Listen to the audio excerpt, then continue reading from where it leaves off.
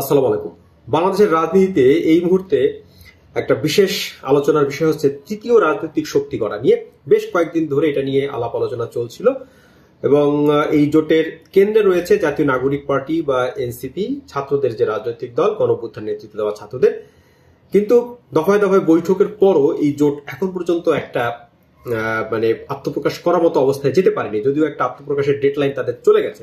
এ নিয়ে বৃহস্পতিবার রাত্রে এই দলগুলোর মধ্যে বেশ দীর্ঘ বৈঠক হয়, দফায় দফায় বৈঠক হয়, কিন্তু সে বৈঠক কোনো সুরাহা হয়নি। নানা বিষয়ে তাদের মতবিরোধ রয়েছে। এই দলগুলো এনসিপির বাইরেও রয়েছে আমার বাংলাদেশ বা এবি পার্টি, যেটা নেতৃত্বে রয়েছেন মুজিবুর রহমান মঞ্জু, তিনি সাবেক ছাত্র শিবিরের সভাপতি, এবং আরেকজন নেতা হচ্ছেন গুরুত্বপূর্ণ ব্যারিস্টার আসাদুজ্জামান ফুয়াদ। এছাড়া আছে রাষ্ট্র সংস্কার আন্দোলন, এটা হচ্ছে অ্যাডভোকেট হাসনাত কায়ুম, তার নেতৃত্বে এটা, এবং গণ অধিকার পরিষদ, যেটার নেতৃত্বে রয়েছেন নুরুল হক নূর ও রাশেদ।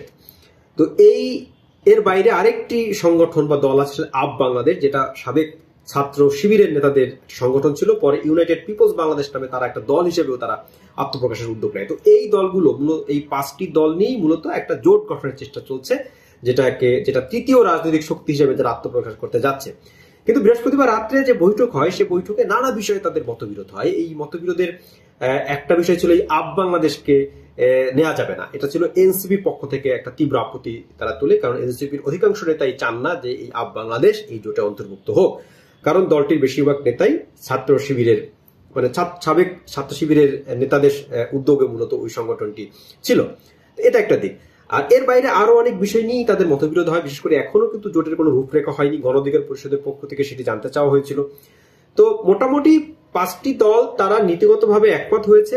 পাঁচটি দল বলবো না, চারটি বলবো, কারণ এখন তো একটি বাদ পড়ছে যদি এনসিপি তাদেরকে শেষ পর্যন্ত না নেয়, যে তারা একটা জোট গঠন করবেন। কিন্তু মতবিরোধ খুব তুঙ্গে, শুরুতেই একটা মতবিরোধ আমরা দেখছি। আমি আমার এর আগের ভিডিওতে বলেছিলাম যে তৃতীয় রাজনৈতিক ধারা বা তৃতীয় জোট যদি গঠিত হয় বা হতে পারে সেটা খুব ভালো, কিন্তু একটা ঐতিহাসিক কথা আছে যে বাঙালি সংগঠন করতে পারে না, সংগঠন করলেই তারা ক্যাচাল লাগিয়ে দেয়। যেখানে একটি দলের মধ্যেই অনেক ধরনের মতবিরোধ থাকে, সেখানে আবার কয়েকটি দল মিলে একটা জোট হবে। আবার এমন দল যারা একে অপরের বিরুদ্ধে অতীতে নানান রকমের কথাবার্তাও বলেছেন, আক্রমণাত্মক কথাবার্তাও বলেছেন, মোদ্দা কথা হলো যে তাদের মধ্যে যে আদর্শিক জায়গাটা, সে আদর্শিক জায়গাটায় অনেক ফারাক রয়ে গেছে। তাহলে এখন প্রশ্নটি হলো যে এই জোটের ভবিষ্যৎ কি? এখন পর্যন্ত যে বৈঠক যাতে হয়েছে তাতে তো জোট শুরুর আগেই তাদের মধ্যে তীব্র মতবিরোধ দেখা দিয়েছে। এখন ভবিষ্যতে তারা কিভাবে চলবেন সেই জায়গাটায় যদি তারা ঐক্যবদ্ধ হতে না পারেন, তাহলে তো এই জোটের কোনো ভবিষ্যৎ আসলেই নেই, জোট গঠিত হবে কিনা। আর যদি অনেক জায়গায় ছাড়টার দিয়েও তারা জোট গঠনে সক্ষম হন, সেটাও মাঠে গিয়ে কতটা কার্যকর থাকবে এটা নিয়ে প্রশ্ন রয়ে যাবে। কারণ হচ্ছে যে যেটা বলছিলাম যে আদর্শিক জায়গায় এই দল বা জোটের নেতারা কিন্তু আলাদা আলাদা জায়গায় আছেন। এর মধ্যে আবার আরো সংকট রয়েছে। ধরুন এনসিপির মধ্যে আবার তিনটি ধারা রয়েছে, এখন পর্যন্ত সক্রিয় তিনটি ধারা রয়েছে শোনা যায়। এর মধ্যে একটি তো নাহিদ ইসলামের নেতৃত্বে, একটি শোনা যায় আসিম মোহাম্মদ ভূঁইয়া সজীবের নেতৃত্বে একটি অংশ সক্রিয় আছেন, এবং আরেকটি হচ্ছে মাহবুজ আলম, তিনি আবার আলাদা একটা ধারার তার একটা বলয় আছে, এরকমটি শোনা যায়। ফলে এনসিপির যে ত্রিমুখী একটা ধারা, সেই তিন ধারায় এনসিপি ভাগ হয়ে যেতে পারে এমন কথাও শোনা যাচ্ছে। তো শেষ পর্যন্ত এনসিপি নিজের দলের মধ্যে ঐক্য নিয়ে একটা বড় চ্যালেঞ্জ আছে। সেখানে তারা এখন আবার একটা জোটে যেতে পারবে কিনা, সেই জোটের নেতাদের সঙ্গে তাদের বনিবনা হবে কিনা, এই বিষয়গুলো কিন্তু প্রশ্ন সাপেক্ষ। এছাড়া গণ অধিকার পরিষদের নেতা যারা আছেন তাদেরও কিন্তু একটা অভ্যাস আছে, বিশেষ করে এই যে নুরুল হক নূর, যিনি ভিপি নূর নামে পরিচিত, লাগাম ছাড়া কথাবার্তা তারা বলেন, প্রতিপক্ষকে তীব্রভাবে আক্রমণ করেন, বাকপটু তিনি, কোনো সন্দেহ নেই। কিন্তু ছাড় দেওয়ার মানসিকতার জায়গাটা যদি আমরা চিন্তা করি, তাহলে এইসব দলের অনেক নেতার মধ্যেই সেটা নেই, এবং তারা অনেক সময় মাঠ গরম করার জন্য নানা রকম কথাবার্তা বলেন। এবং আদর্শিকভাবে সবচেয়ে বেশি যেটা চ্যালেঞ্জিং সেটা হচ্ছে আদর্শিকভাবে তারা আলাদা। যেমন এই যে বাউলদের উপর একটা হামলা হলো, এটা নিয়ে এনসিপি এর প্রতিবাদ জানিয়েছে। অন্যদিকে গণ অধিকার পরিষদের একাধিক নেতা এটার এই মোটামুটি হামলার পক্ষেই তারা ছাপাই গিয়েছেন। ফলে আদর্শিক দিক থেকেও কিন্তু এই দলগুলোর অবস্থান ভিন্ন। তাহলে একটা জোট হওয়া তো অত্যন্ত চ্যালেঞ্জিং। আবার এই গণ অধিকার পরিষদের মধ্যেও নেতারা জোটে যাওয়া না যাওয়া নিয়ে মতবিরোধে আছেন, বিভক্তি আছে, সেটা একটা বিষয়। অন্য যে দলগুলো, সেই দলগুলো মোটামুটি আরো ছোট দল।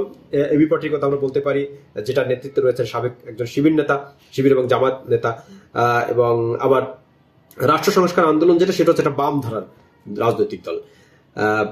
সুতরাং এখানে আসলে এই যে ডান বামের যে ঐক্যের জায়গাটাই হচ্ছে তাদের জন্য সবচেয়ে কঠিন জায়গা। তারা শেষ পর্যন্ত এক জায়গায় হতে পারবেন কিনা, কারণ আপনি একজন যাচ্ছে ডানে, একজন যাচ্ছে বামে, একজন যাচ্ছে সোজা, এতে করে তো আপনি একটা জোট গঠন করতে পারবেন না। এই আদর্শিক চ্যালেঞ্জটাই সবচেয়ে বেশি। আর এরপর আরো অনেক চ্যালেঞ্জ, যেমন নেতা কে হবেন, জোটের প্রধান নেতা কে হবেন। মানে বাংলাদেশে কি হয়, যে জোট বলুন আর দল বলুন, আপনার কিন্তু একজন প্রধান মুখ লাগে, যিনি যাকে বাংলাদেশের মানুষের কাছে আপনি প্রধানমন্ত্রী হিসাবে বা সরকার প্রধান হিসেবে তাকে পরিচয় করে দিতে পারবেন। অন্য জোটগুলোর কিন্তু সেটা আছে। বিএনপির যেমন একেবারে প্রশ্নহীনভাবে তারেক রহমান আছে, জামাত ইসলামীদের ডাক্তার শফিক রহমান আছেন। কিন্তু এই দলের যদি ক্ষমতায় যায়, তারা সেটা যেতে পারবে কিনা সেটা ভিন্ন আলাপ। হয়তো এই দফায় তাদের সম্ভাবনা নেই, কিন্তু তাদের তো একজন প্রধান ব্যক্তি লাগবে। মানে জোটের নেতৃত্বে কে থাকবেন, প্রধান ব্যক্তি কি হবে, এটা নিয়েও তো ক্যাচার লাগবে। নাহিদ ইসলাম হবেন, নাকি সিনিয়র হিসেবে এবি পার্টির মুজিবুর রহমান মঞ্জু হবেন, নাকি গণঅধিকার পরিষদের নুরুল হক নূর হবে, নাকি হাসনাত কায়েম হবেন। মানে এখানে তো তাদের অনেক বিষয়ে তাদের ঐক্যে আসতে হবে। সেই ঐক্যে আসাটাই সবচেয়ে বড় চ্যালেঞ্জিং। ফলে এই জোটের ভবিষ্যৎ আপাতত অন্ধকারই দেখা যাচ্ছে, কারণ শুরুর আগেই তারা একটা হোঁচট খেয়েছে এবং নানা বিষয়ে তাদের মধ্যে মতবিরোধ তীব্র হয়েছে।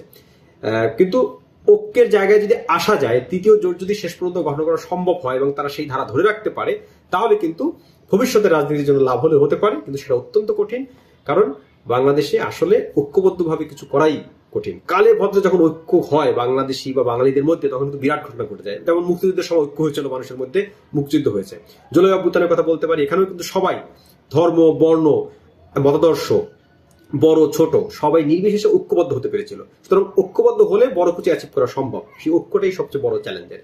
দর্শক সবাই ভালো থাকবেন, আপনারা আপনার মতামত জানাবেন যে আসলে এই জোটের কি ভবিষ্যৎ আছে। কথা হবে নতুন কোনো ভিডিওতে।